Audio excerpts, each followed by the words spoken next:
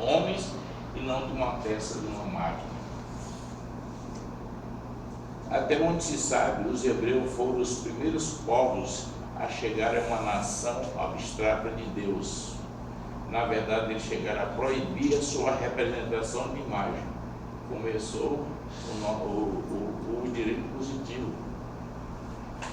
Eles não reconheciam, eles só tinham Deus, e não reconheciam as imagens, eles só reconheciam Deus. A seguir, apresentaremos agora a simbologia do julgamento pelo tribunal de Osíris. Vejamos, o tribunal de Osíris, como vocês sabem, meu nome professor, trata de uma preciosa lenda dos antigos egípcios, que acreditavam na vida após morte. Para ele, após a morte física, a alma passava pelo tribunal de Osíris, onde o indivíduo seria julgado pelas suas ações. O morto tinha que provar para os deuses que tinha tido uma conduta guiada pelos princípios morais da época. Essa conduta está presente no livro dos mortos. Esse um guia prático de como passar pelo julgamento dos deuses. E depois que eles morriam, ele ia para a sala das verdades, onde era pesada essa conduta dele. Aí tinha uma balança. Olha de onde já vem a balança da justiça. A balança onde a deusa, Anúbios, puxava a pena de avestruz, colocava e simbolicamente botava o coração dele. Se o coração dele fosse mais pesado do que a pena que estava na tiara da deusa Maat, que era a deusa da justiça, Maat, a deusa da justiça, aí ele era atirado a uma simbologia que tinha, era um cachorro com cara de crocodilo. O indivíduo, ao morrer, se defrontava com a deusa Maat, deusa da justiça, que aferia a vida a esse indivíduo cujo coração era colocado em um dos pratos. Eu já falei anteriormente agora. Da balança, e no outro seria colocado uma pena que tirava da sua tiara, quando era observada a pureza ou não do indivíduo. Ali eu corrigi, agora na biblioteca eu repeti duas coisas, mas não dava tempo mais, tá? Vocês me desculpem. Entretanto, se o coração fosse mais pesado, ele era devolvido para Amite, para ser devorado. O caso contrário seria entregue a deusa Ísis, que fosse levado para o altar de Osíris. E como vocês sabem, eu queria falar que Osíris é o deus Osíris, que era casado com Ísis, que eram irmãos, e ele foi morto pelo próprio irmão esquartejado. Certo?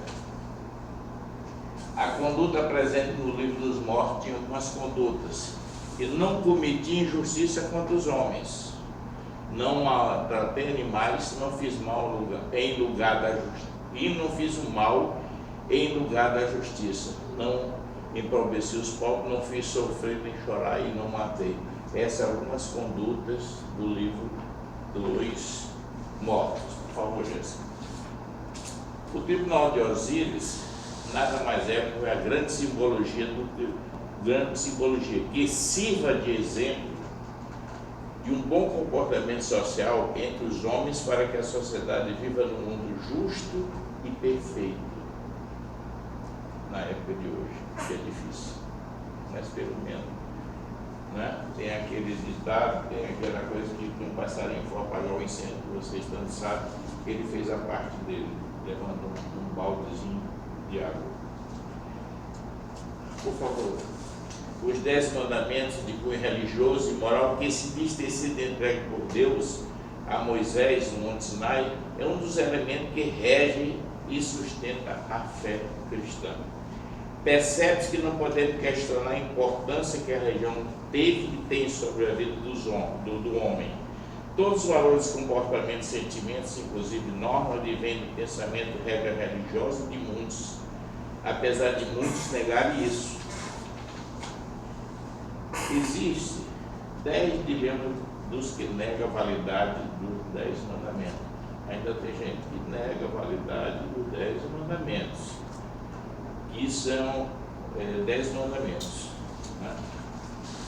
Por favor, mas de fato não podemos negar, porque é possível visualizar nas normas jurídicas vigentes regra que possui ao menos objetos já tratados em leis sagradas, pois essas foram retiradas da Sagrada Escritura, que é um conjunto de 5 livros escritos através de uma inspiração divina, criada pelo cristianismo, sendo Gênesis, Êxodo, Levítico, me corrija, por favor, professora, Número e Deuteronômio. É importante lembrar que outro livro também reúne regras.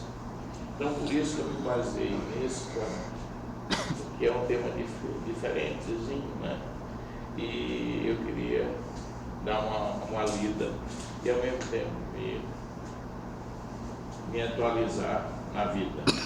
Atualmente, uma dicotomia entre o que é religioso e o que não é, e o homem dá mais importância à sua própria criação. Hoje é necessário distinção, inclusive, não abstenção da religião, no gerenciamento do Estado diante de tudo que concerne a inteligência. Porque hoje em dia, senhores, a gente percebe aqui que o homem dá mais importância à sua criação e não ao seu Criador. Se a gente for numa dessas, a gente se torna o que eu quase me tornei no passado e que eu tenho muita tristeza do que fui. Atualmente não há importância de discutirmos se a lei dos antigos direitos hebreus possui ou não conteúdos exclusivamente jurídicos, mas devemos reconhecer que os assuntos tratados nas leis hebraicas atualmente são objeto do nosso ordenamento jurídico. Logo, essas regras possuem importância não só na história, não só histórica como jurídica. A lei hebraica é um direito religioso. O direito é dado por Deus e ao seu povo. E desde o princípio é imutável, só Deus pode modificar. É o que não acontece no dia de hoje com as nossas leis. Mas está acabando, professor? Não, tá? Eu falei também do budismo, que o nome Buda, todo mundo olha aquele homem igual a mim, aquele gordinho sentado, mas não. Ali é apenas uma simbologia, mas o certo, o nome Buda significa o iluminado, o estado de iluminado. Se refere a um homem, mas não a... Ele se refere a um homem, e se refere não a um homem, mas uma natureza jurídica, é a natureza búdica, que é chamada elevação. Buda significa iluminado, e em sânscrito,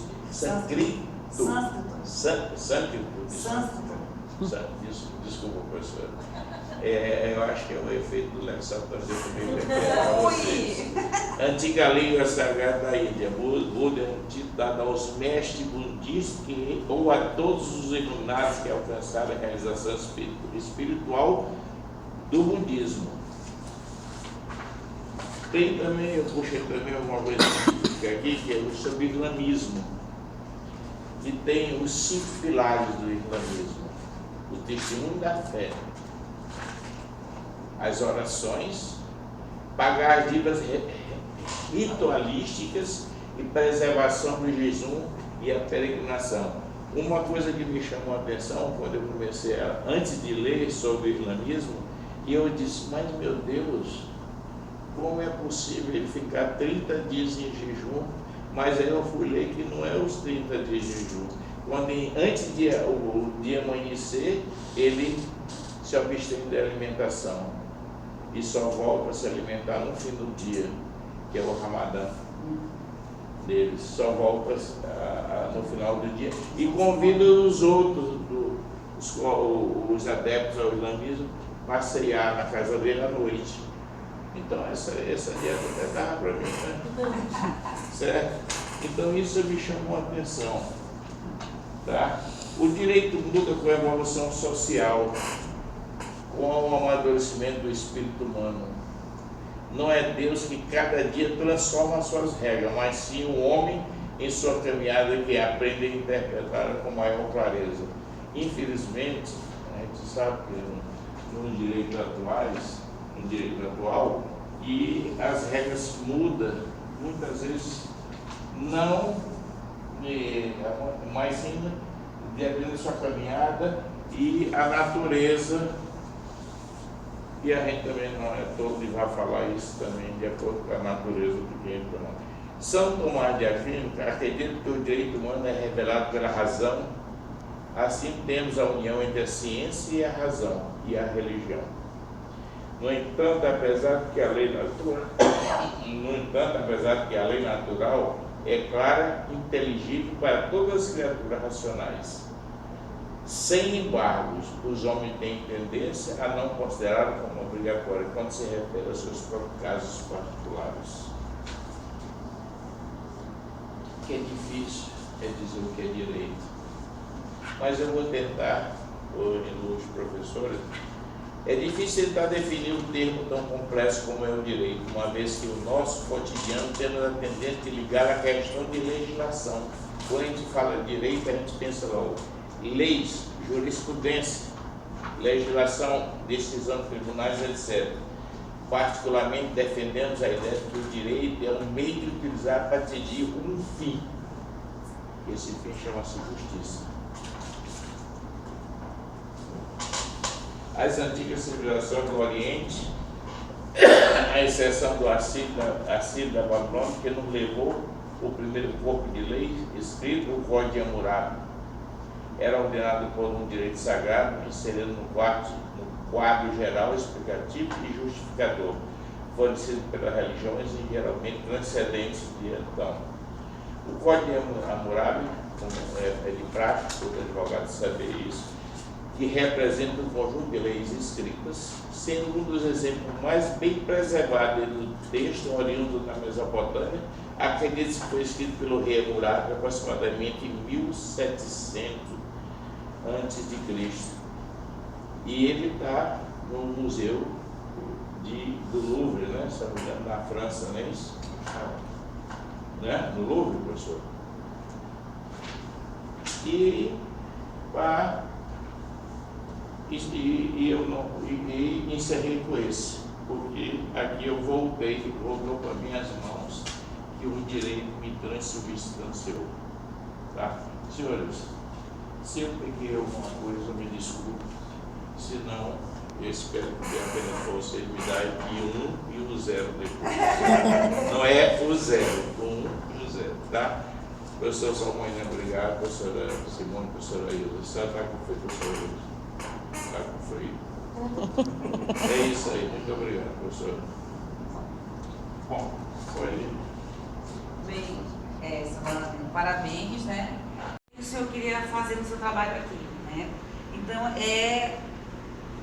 o que eu entendi, quando eu aprendi aqui, é que, na verdade, o seu tema é dizer que a religião, ou crer no ser superior, ela te induz ou te implica a fazer o direito enquanto positivado, enquanto não apostas. Ou seja, aquilo que tu tem dentro da sua formação, aquilo é um limite para ti que depois é normatizado, né? E aí aqui o seu trabalho, você fez uma breve historiografia, como se diz, para as religiões, tá certo? Agora, o que eu senti falta, na verdade, assim, que é a pergunta que eu lhe faço, qual é a relação direta, tá, aqui numa parte do seu trabalho, entre, tá certo, o direito e a religião? O direito positivado que a gente vive hoje na sociedade. Então, qual a relação direta? Quando eu falo religião, como tem que fazer o recorte, a religião do Ocidente, consequentemente recorta mais ainda, funila o objeto de trabalho, é a religião cristã, que é a religião aqui que está posta. Tá certo? Qual é a relação? Agora eu digo, quando eu fui no hotel assistir uma palestra, uma videoconferência, e minha filha sentou do lado, e eu comecei a escrever, e ela disse, não fala. Eu disse, pois eu vou falar.